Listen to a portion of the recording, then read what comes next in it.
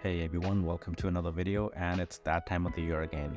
The new iPhone is about to be launched and we are yet again caught up in the same dilemma. We should upgrade to the latest and greatest. So I've been using my 14 Pro Max since last December, and I'm thinking about switching to the latest iPhone myself. But this got me thinking a little bit. Maybe we are caught up in some sort of cycle where we feel the pressure to upgrade to the latest and greatest. For an average person, do you really need to switch your phone every single year or maybe even 2 years? I mean, no doubt new phones have new features, new design perhaps, and some gimmicks. But do you really need to spend $1,000 just for some gimmicks every single year? Probably not.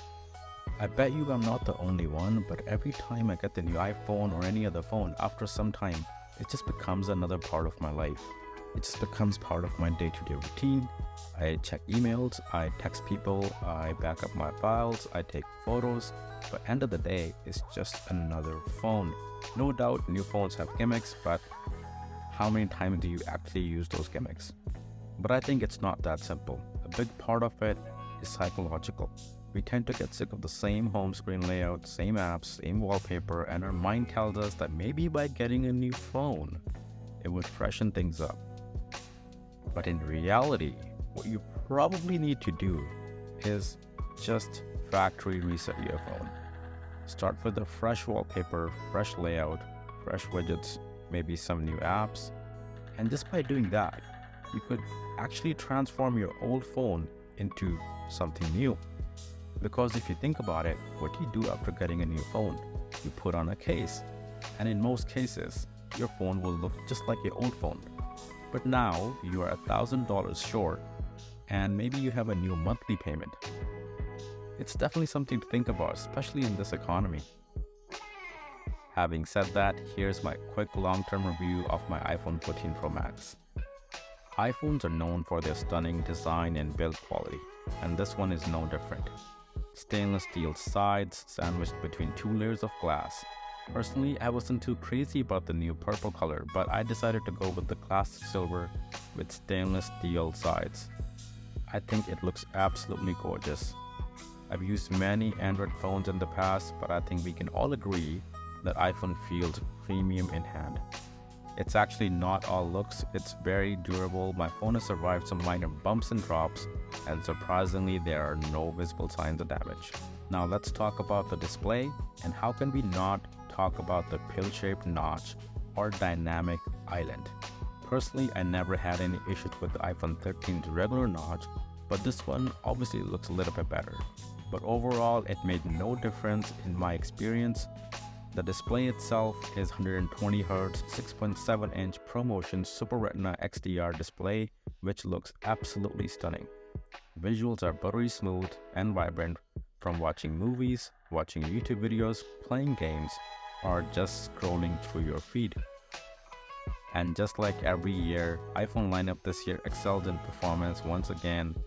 It's powered by A16 Bionic chip. Things have become so competitive in smartphone market that no one really cares to look at good old Geekbench numbers.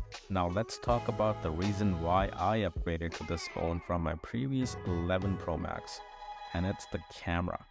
The triple camera system that has been refined to deliver even better results than its predecessor, 12 megapixels for both ultra-wide and telephoto, but 48 megapixels for the main sensor.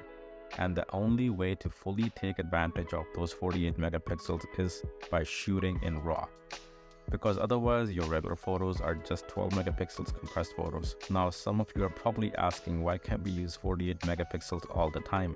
And that is because of storage space.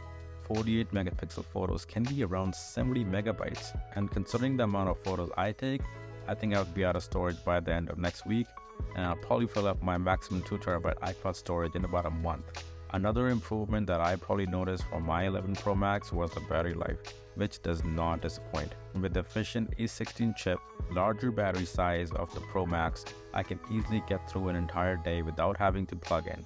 But sometimes I do keep a MagSafe battery pack on me when I know my day would be longer than normal. And after 8 months of heavy use, thankfully I'm still sitting at 98% battery health. With my 11 Pro Max, my battery health tanked just after 1 year, and I think that was due to improper charging habits. But I think we are going to leave this for a different video. Last but not the least, let's talk about the SOS and automatic crash detection feature. It can help you connect with emergency services when you don't have a cellular connection, and you can also send your last location via Find My app for your loved one's peace of mind, which I have personally used during my last camping trip. Not gonna lie, I'm actually very impressed with this feature.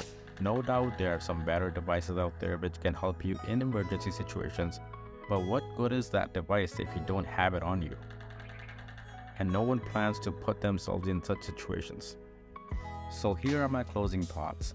Was it worth it for me to go from 11 Pro Max to 14 Pro Max? Absolutely, but I still stand on my point. If I had the 13 Pro Max, I would have probably skipped on 14. Smartphones these days are getting so good that you don't really need to upgrade every single year. Having said that, am I going to upgrade to iPhone 15? Probably, and that's mainly just for content creation. Be sure to let me know in the comments about your experience with iPhone 14 lineup, and let me know what are you going to do coming September. Are you upgrading to iPhone 15? There are a lot of other topics I'd like to discuss around smartphones like camera, battery health, and of course, I want to share what's on my iPhone. Thanks for watching, and I'll see you in the next one.